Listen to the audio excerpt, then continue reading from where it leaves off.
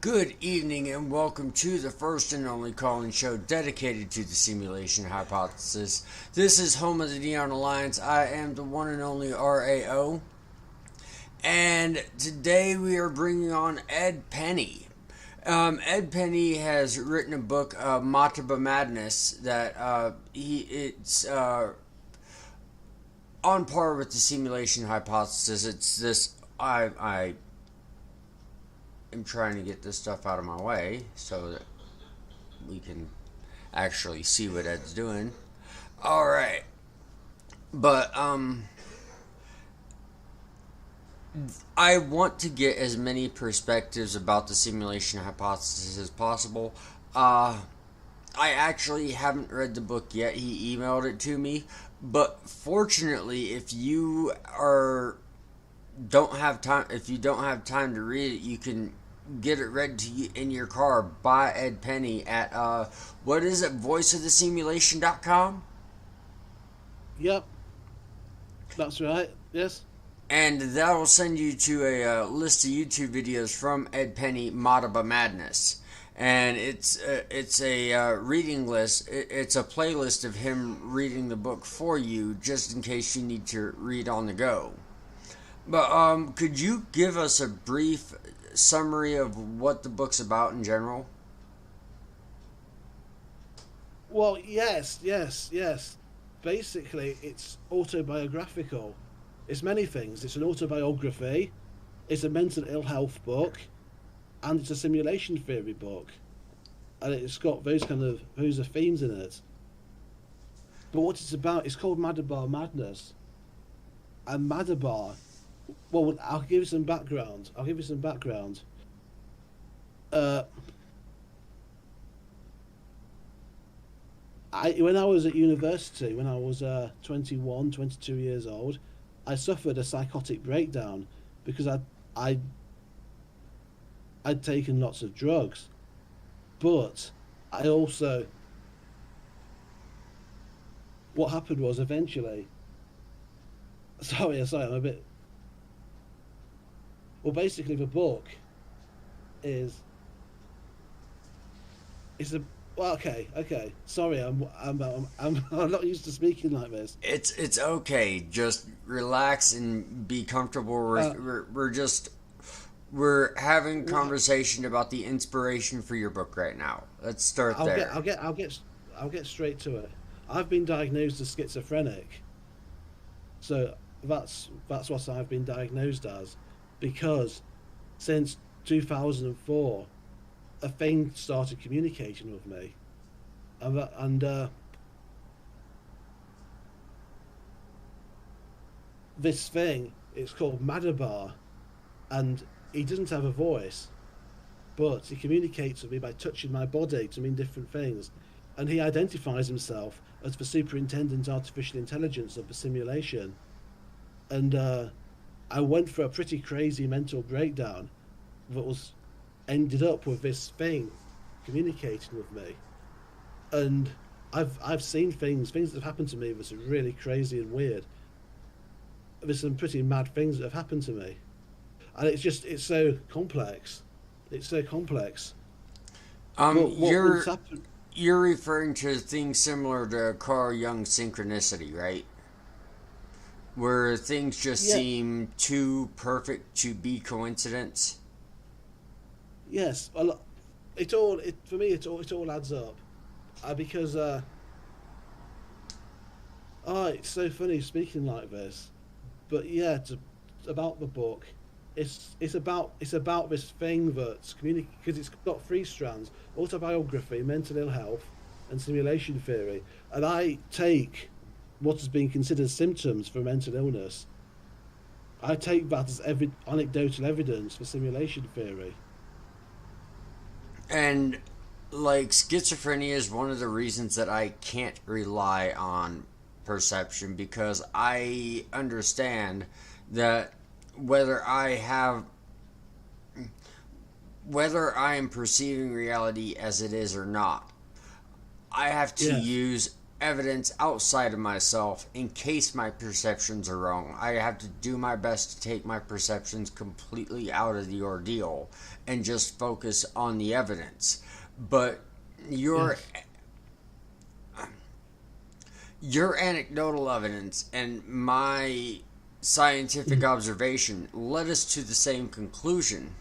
Yes. But I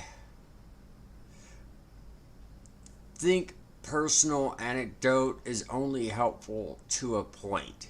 Yes. Well, it kind of it goes on the scales, doesn't it? It doesn't necessarily it doesn't tip the scale, but it counts, doesn't it? That's how I see it. And I've Yeah. had some. And Yes, what? and oh, go ahead. I'm sorry. Sorry. I was going to say I've had numerous they're called psychotic episodes, and I go into these in the book. And one of I'd like to tell you about one of them. What happened was I'd been smoking lots and lots of cannabis. It was ridiculous, and I was quite mad. I had a plan to overthrow the government, a plan for like a mass social movement, kind of all these grandiose things, and it was a breakdown. I was chaotic, and I was writing plans all over the walls of my study bedroom, and suddenly I got this kind of throbbing sensation in my head, and my hand moved without me controlling the hand, and it wrote on this wall, "I have been made insane by the Matrix." Sane, insane, sane, the Matrix. And that at the time, that it wasn't me moving my hand, but in hindsight, I think that's sorry. Uh, I can't think straight. I'm under pressure. Yeah, basically, that's the message that I got. I have been made insane by the Matrix. Sane, insane, sane, the Matrix. And to me, that affirms that Madaba is the Matrix, or rather, is the simulation, because he's the reason why I've been diagnosed as mentally ill. So I've been made insane by the Matrix. Okay, well, who made me insane? Madaba did. So I've been made insane by the Matrix means that Madaba is the Matrix. If you follow that logic. And honestly, I used pot before. I've never had a reaction like that. That sounds similar to what would happen if you were perhaps taking meth and it got laced into it Yes. accidentally. Well, I don't know the origin of what it was I took. It may very well have had something else in it, but it was powerful. It was some type of skunk. But But yeah, it it, sounds like you it's got a laced dose, and if not, it was. Were you medicated for your schizophrenia at the time? no. This is before all that started, Oh, okay, and I okay. would I once had another bizarre happening to me too. What happened was, and I know this sounds crazy and grandiose, but I was sat on my bed, and then suddenly this thought kind of occurred to me. It didn't feel like one of my own thoughts. It felt alien, and it said, "I'll get this. It's quite mad. It's mad. I know it's mad before I say it." It said, "You are the man who discovered the Matrix," and I was like, "Wow!" But then I just forgot about it and carried on with my mental breakdown. But that's another gives me compelling personal reasons to believe in the simulation. Now I don't expect people to take my testimony and believe it 100%, but my testimony is out there, and yeah, And it's that's the reason that I prefer not to rely on testimony because I mean, while it yes, is, yes, I believe you experience things the way that you said them, but I think we have different reasons to come to our conclusions, and yes, I I honestly don't find it as convincing a method. Oh, I'm gonna have to quote Matt Dillahunty for this one. If I say gravity is true because I have a feeling about it, I will get laughed out of any room full of serious conversation Mm-hmm. out there. So I can't say this is true because I feel it. And I choose to leave my own perceptions out of it. I try to keep what I believe out of it completely so that I can try to find the most objective answers possible. Yes. What I can offer anecdotal evidence from the fringes of sanity, and that's my contribution to simulation theory. Just the anecdotal evidence, and I know Occam's razor. Yeah, is insane. There's a there's a balance of an imbalance of chemicals in my brain. I mean, that's what Occam's razor would say, wouldn't it? But I've had some crazy things happen. I wouldn't. I mean, I was once at a bus stop, and someone tried to beam psychic energy into me. It's in the book. It's in the book. I'm not much good at public speaking, so I'm not a very charismatic guest for your show, I'm afraid. Oh But if you no, you're doing fine. You're doing wonderfully. This is, I mean, I'm not trying to make light of your condition, but at the I don't mind making. but Sorry. at the same time, it does provide good material because you're coming at this from a strictly anecdotal standpoint, and That's what I offer. That's what I can offer. Yes. and it's I do love this difference of partially the difference of how we got to the same spot, Mm-hmm. and Mm-hmm. I want to help myself understand it as much as I want to help everybody else, even if they agree with us or not. And so, if I can show you different ways from like past videos of mine of how to Yes. break down the evidence and keep it separate from your own perceptions, then Yes. I think that we're doing a lot more to have the simulation hypothesis taken seriously rather than just another, like, some religion or some cult. Mm. Well, it should be the simulation movement, the simulation theory movement. It should be about raising awareness, I should think, because in my book. Well, let me. Can I talk about Madaba? Yes, of course. Madaba is the being who communicates with me, and he does not have a voice. He communicates by touching my body, and this is if he touches me on my left, that means yes.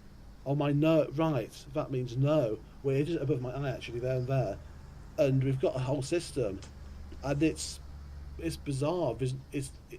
Schizophrenics are supposed to hear voices, but this thing doesn't have a voice, and this thing moved my arm, saying that I've been made insane by the Matrix, as I said previously, and I believe that this Madaba character is the superintendent artificial intelligence that the simulation is run on. Basically, he's the computer that we all live inside. That's how I look at it. And yeah, And but I my believe. my thought Sorry. on that matter would have to be Mm, that I have phantom sensations all the time, yes, but and this is prods on me, and it's it's in response to my inner voice, and how it Johnson how it started. It uh, started. yeah, I'd like to hear. Go ahead.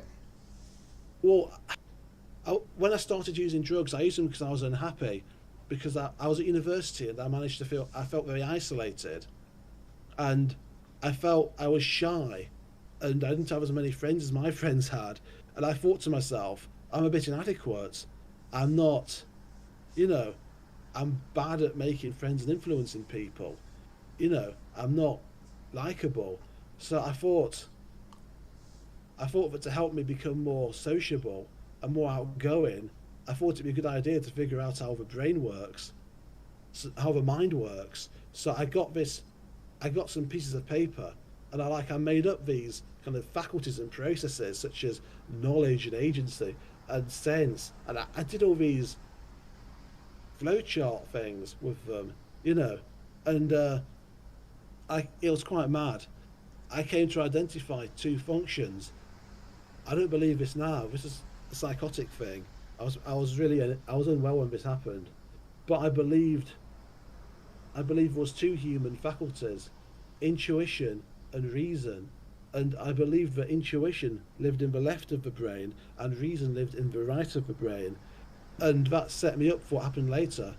Because after many bizarre psychotic episodes, which I documented in my book, I ended up on a psychiatric ward.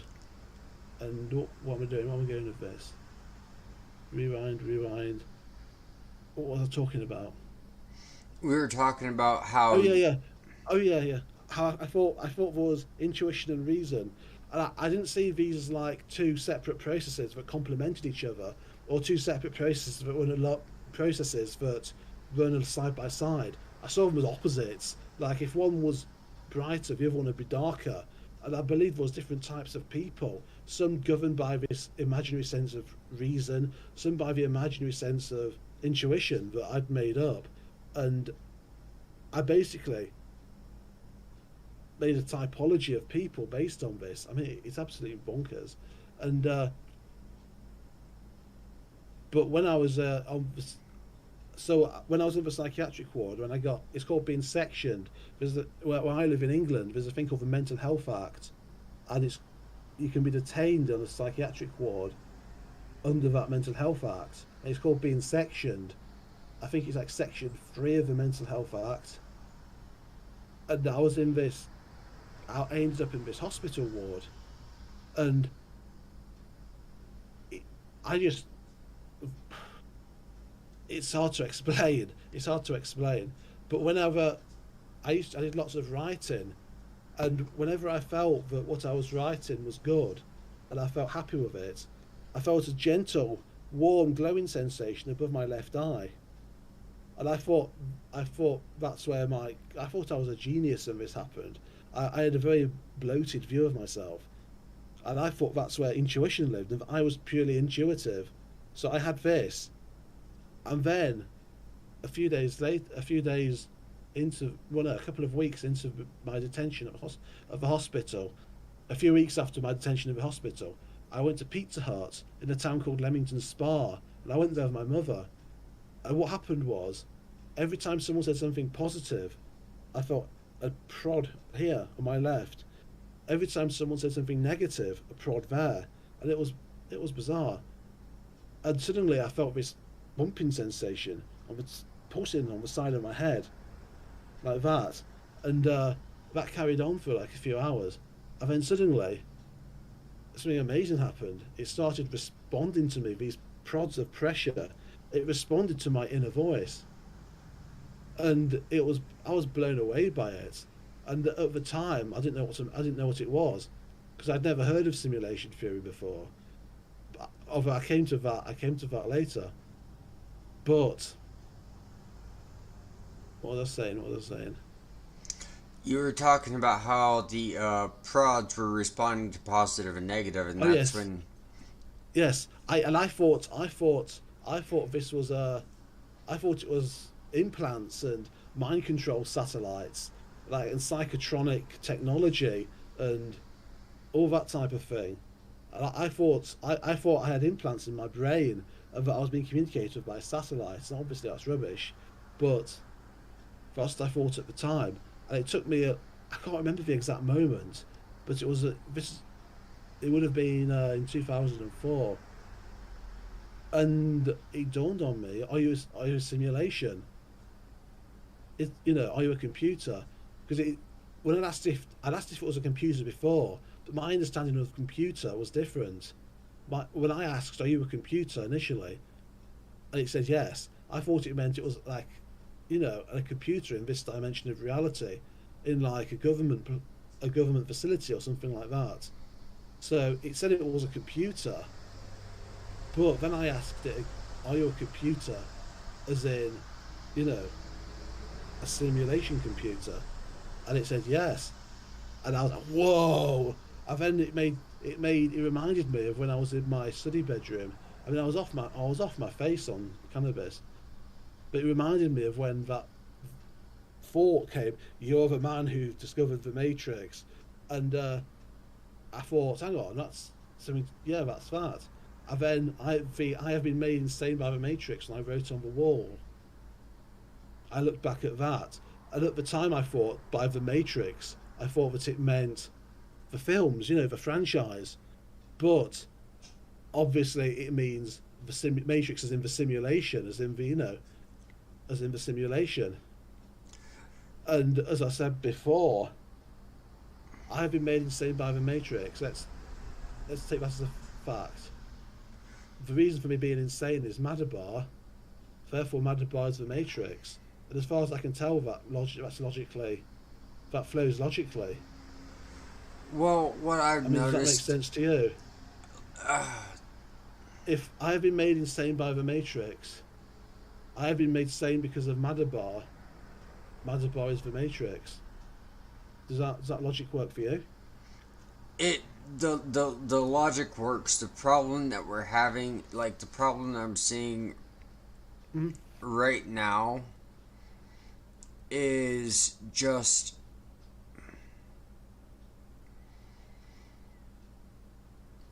everybody who understands simulation hypothesis, it drives them mad. Mm-hmm. And it almost feels like unlocking Cthulhu. Yes. And we all experience it in different ways. Mm-hmm. And I'm arrogant as hell, so my first thought was I'm going to prove this right. Mm-hmm. And that was where my madness came in was because I had to learn epistemology, ontology. I had to philosophy. I had to get a way better grasp on science than I had. A way better grasp on science than I even thought I had, because once I got a grasp of science, I realized how much science I didn't know. Yes. Dunning-Kruger all over again. I think your approach to understanding simulation theory is healthier than mine, because mine ultimately came out of a self-destructive part in my life. Well, I think that applies to a lot of other people too, because mine didn't come from a healthy place either. It was because I couldn't turn to what Christians would call God, because that kind of God just didn't make sense to me. Well, I believe I'm agnostic, but I prefer the term supreme being to God. And I can't even assert, think about Bethesda Studios. Mm-hmm. How many people are involved in Bethesda? How many people are involved in Rockstar? How many people are involved in Destiny? And these are just 3 MMOs. Mm-hmm. Well, okay, Elder Scrolls Online, not necessarily Skyrim, but Bethesda Studios did Elder Scrolls Online too. But we have multiple people working on the sound effects and the backgrounds, and a dude for grass and flowers, and another dude for animating actual characters, and a mocap team. And so, even if there is something outside of this universe, I just look at it like probably another society. Mm. Well, I've got some theories about what exists outside, but I don't think we can truly know. And so I believe I've got a bit of a conspiracy theory actually. Oh, that makes it sound worse than it is calling it a conspiracy theory. But I Now, hold on. believe that. I got a joke for you right quick. Okay, What do you call a conspiracy theorist when you find out they're right? I don't know. A conspiracy theorist. Until it's been demonstrated, they are simply a conspiracy hypothesist. Mm. And that's why I choose to go with the simulation hypothesis, because we don't Yeah. have the we don't have the tests that it's going to take to prove it yet or disprove it. Mm. So until we have a way to test it and be more confident than not, beyond reasonable doubt. Well, I personally, Madabar tells me that he wants me to spread simulation theory, and he wants me to be a part of the simulation theory movement. And he says that he wants the. I know this sounds mental, doesn't it? It sounds mental to me, but yeah, I think that the overseers of simulation want to disclose to the inhabitants that it is a simulation.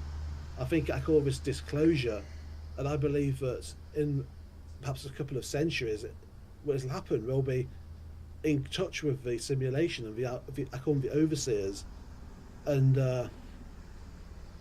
that's what I think is going to happen. Well, I was going to say something else. What was I going to say? Have you heard the expression that extreme claims require extreme evidence? Yes, yes, I have. Yes, yes, I'm aware. I'm aware of the shortcomings of what I'm saying. I'm aware that it's just anecdotal evidence.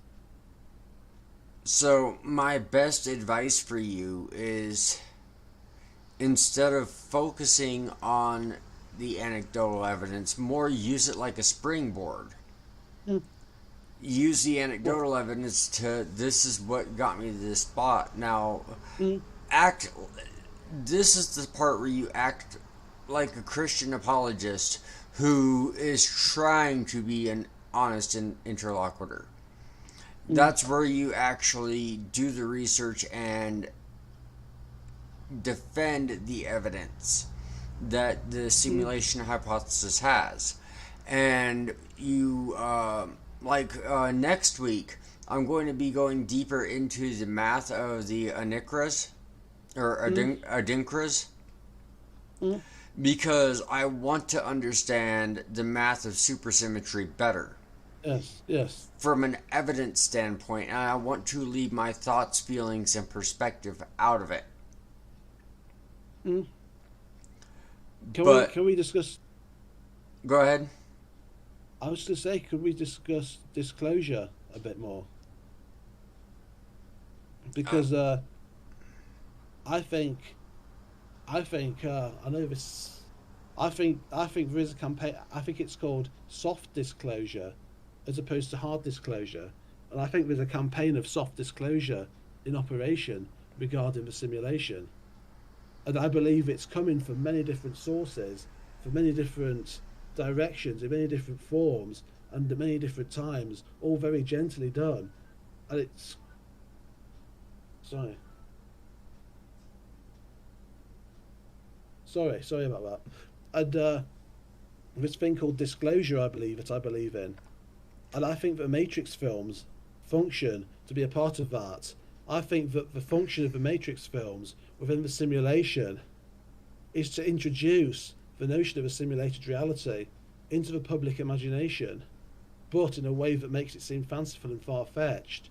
And I basically think that the Matrix films are the truth being served up to the public, wrapped in fiction, and that because of that gentle preparation, the process of disclosure that I believe is a thing, Are that I you? believe I'm a part of. You're talking It, about something similar to what they what what conspiracy hypothesis will say about Mhm. aliens, where aliens are getting introduced to us in cinema and TV to soften the blow when we actually meet them on a massive scale.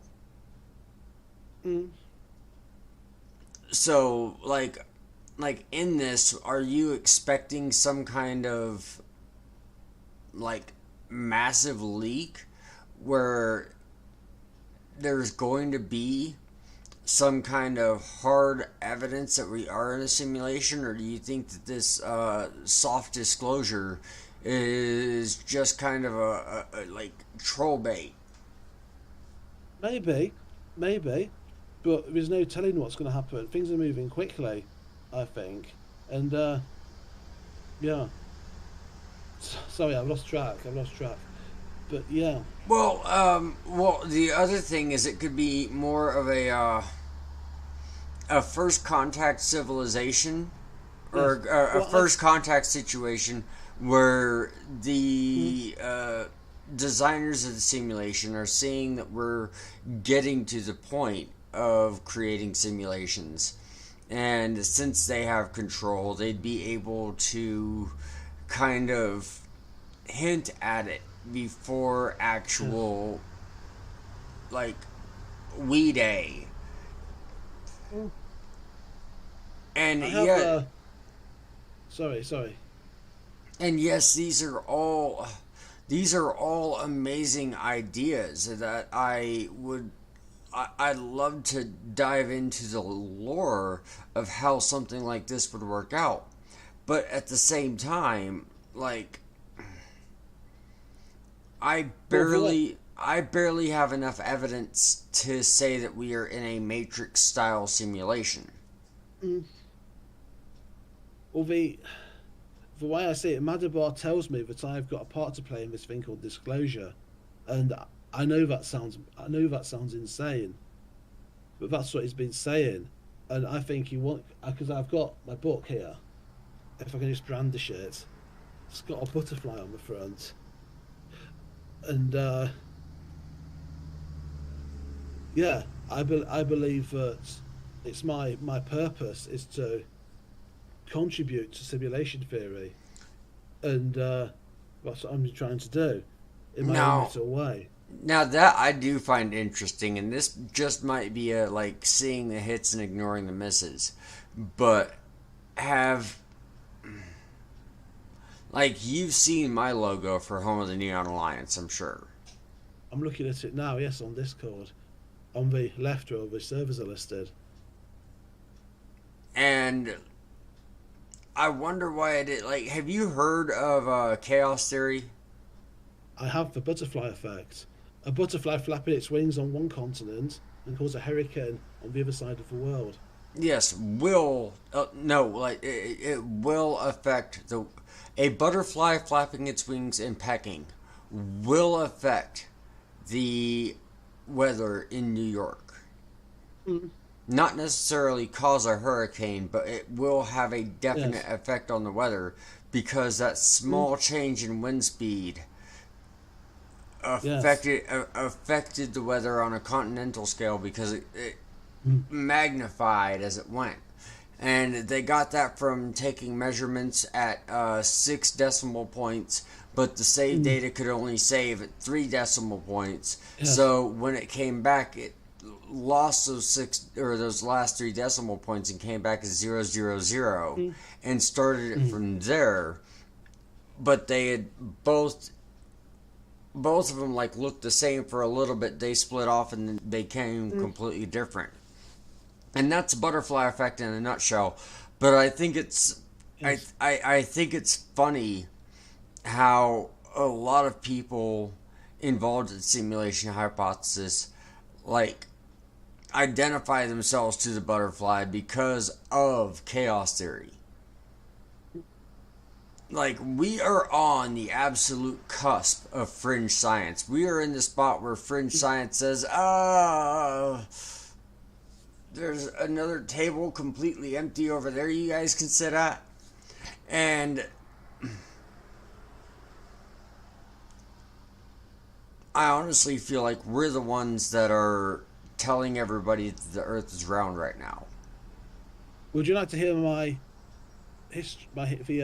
the origin story of the simulation? Uh, Because Madabar's under his guidance, I've come up with a narrative as to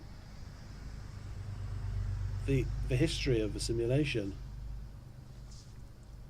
And basically, what it is the idea is that this simulation was created because human Homo sapiens became extinct in base reality, and that's the purpose, according to Madaba, of this simulation, to resurrect Homo sapiens.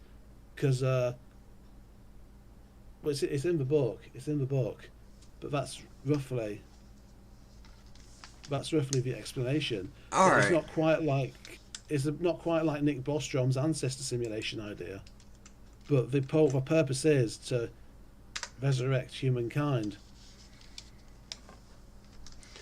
Well, with that, what we're going to go ahead and do is we're going to open up that Discord line so that we can get some callers in. And while we're doing that, we're going to go ahead and do the promotions again. You said it was Ed Penny, Madaba Madness is the YouTube Yes. link where we can find you. And also, it was voiceofthesimulation.com. Yes, that's right. All right, and we need to do our shout out for Tommy Wood this week, our first patron. Thank you for being there, Tommy. Thank you for showing that love. I just uploaded it, and yeah, Tommy's the only one we got right now. But you know what? That don't matter because Tommy's there. So special shout out to him and Evolutionary Theology, his channel. Along with that, you can go ahead and check out patreon.com/the one and only RAO, all one word. And you can go ahead and jump in and get that $3 shout out next week. And like I said, next week we're going to be discussing more of the math behind the Adinkras that Sylvester James Gates was talking about, because that is a very interesting topic that I think we need to dive deeper into, just so we can understand the math from a physics level better, rather than what got us to the idea. Because what got it, like, would you agree with that, Ed? That what got us to the idea is nowhere near as important as turning the idea into fact or fiction. Is what? Sorry. The way we got to the idea, the way both of us came to the conclusion that we're in a simulation. That's not as important as being able to demonstrate it one way or the other. Yes, yes. And well, I'm sold on simulation theory. I totally believe it based on the strength of my experience, both in the past and that I'm currently going through. And I don't expect people to say, "Oh yeah, that's I'm just offering it. It's out there. Take it or leave it." And that's not good enough for me. I still, while I'm convinced that we are in a simulation, I still have to keep questioning it, making sure that, whether I'm right or wrong. And, try to stick myself to as much factual reality as I can, because I know I can't depend on my senses and my perceptions. Because while I don't have the same illness as you, I've done psychedelics before, so I know that your brain can be altered. And I don't even know if the hallucinations are completely fictional or not. That's how much question I have, is that I am convinced that the hallucinations are fictional, but I can't assert that the hallucinations are fictional. Well, for me, it's a personal belief, and if I interest other people, then that's all well and good. But for me, simulation theory, it's in well, it's I believe it's by purpose, and I know that sounds insane, and it is insane, but the way I see it, if someone was in contact with a simulation, such as like how I am, then they would be considered insane, regardless of whether or not they are. And that's what I'm saying is I don't like insane because it feels derogatory to me. You are ill, and sometimes that gives us better perspective. Mm.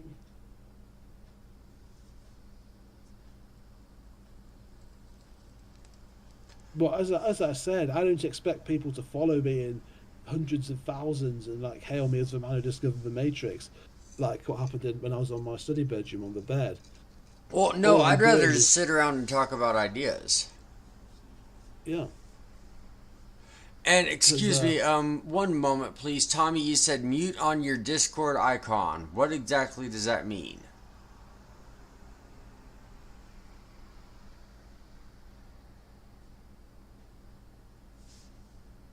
sorry.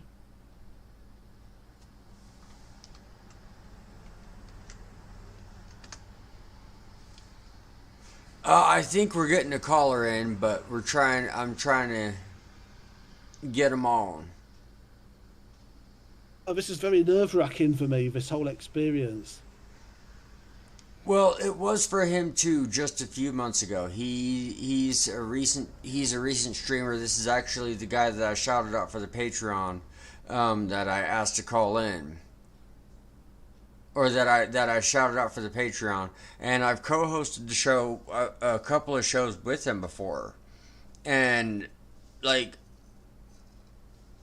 I honestly feel like I'm about to get outnumbered because I think y'all are gonna be coming from the same side against me on this one. So, I mean,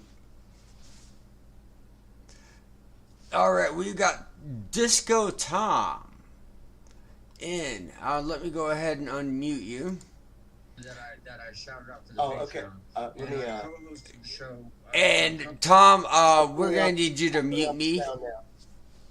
Yeah, All right. I'm trying. Hang on. I honestly feel like I'm about to get outnumbered because I think y'all are gonna I think y'all are gonna be coming from the same side against me on this one. So, I mean,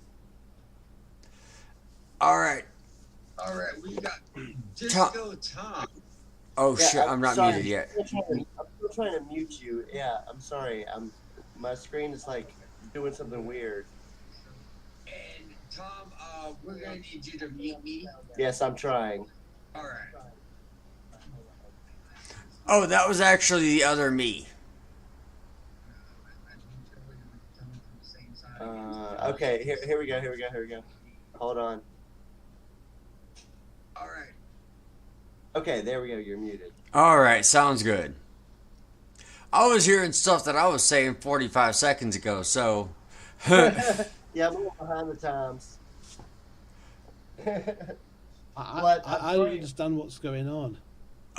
He was having some trouble muting the YouTube because he was listening to the YouTube while he was on Discord, and it was causing a feedback loop. Okay, I wasn't sure what's happening. Yeah, when you get in there, you're gonna have to start muting that computer as soon as you get into the Discord if you're the only caller in the queue. Yeah, I was just so caught up in not being able to. Cause I clicked on you and I had to go through another link to get there. I clicked on the one you put in the message in the chat on YouTube, and that's how I wasn't there. All right. Well, what did you call in today with, Tommy? Well, I regret to say that I missed the first beginning of the show, but I did tune in like 10 to 15 minutes ago, and I heard like him describing his. What was your name again? The guest. Ed Penny. Ed Penny. Yes, I heard him describing his, beliefs about the simulation. That's one thing that us humans have in common is we have different ideas about everything. Like, our ideas about the origins of reality can, not be determined specifically, but the fact that we all agree that the simulation exists, that makes us brothers, and you know what I'm saying?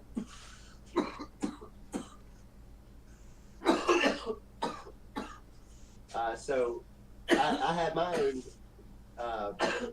ideas about reality. You know, I talked about the Trinity and evolutionary theology and things of that nature. He has his own, and I heard him say that maybe he's got some. He feels like he's mentally ill because he feels, or he believes in the simulation.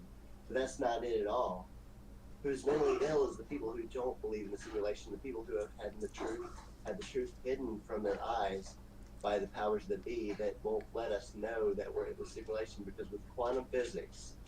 And Tommy, you can't say somebody. Okay, like let me explain it to you kind of like this. Can you build a rocket ship? Can you design a rocket ship? No, I haven't gone through the training to design a rocket. So are you mentally ill because you can't build a rocket ship? No.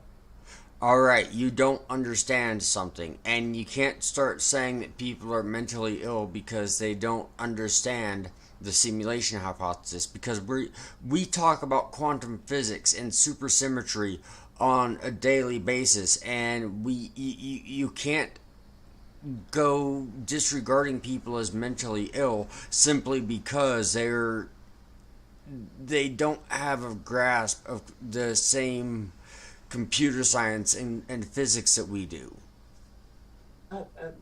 Definitely, I agree with that. I shouldn't have said mentally ill. I was just comparing it to the present situation on a belief that should be commonly held, seen as abhorrent. But the fact that people don't know, you're right. It's like people they can't be. We're not educating the world like we should. And it's not necessarily a mental illness as it is maybe a delusion of sorts. So, because even with perception, we see in perception that things exist in our mind and our brain. They're not out there. Things aren't out there. They're in a mental construct in a conscious realm. So what we see out there is just a representation of what really exists. It's not real. So we have to take that into account when we see when other people have these materialistic viewpoints and all, about money and power, and it really doesn't matter. What matters is love and the human experience. And that's another reason why I promote objective experimentation and objective facts relative to our own anecdotes. Because our own anecdotal evidence is just that. And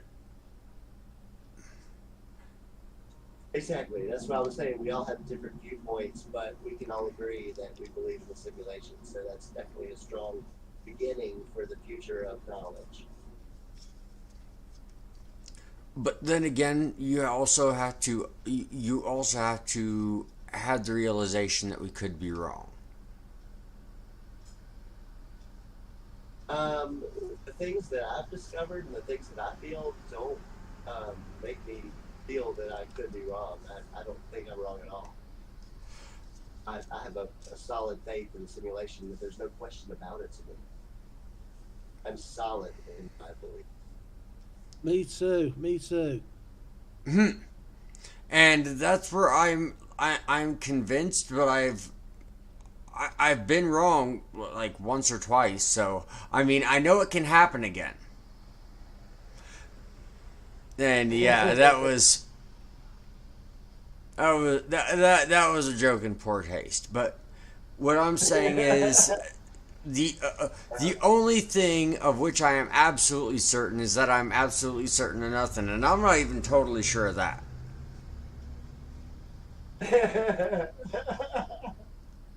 Nice.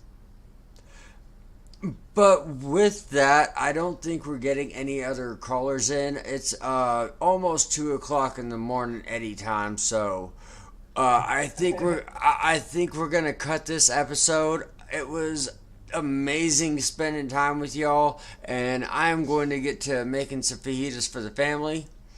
Until next time, keep it real, and I'm going to cue up that theme music. Awesome. Love y'all.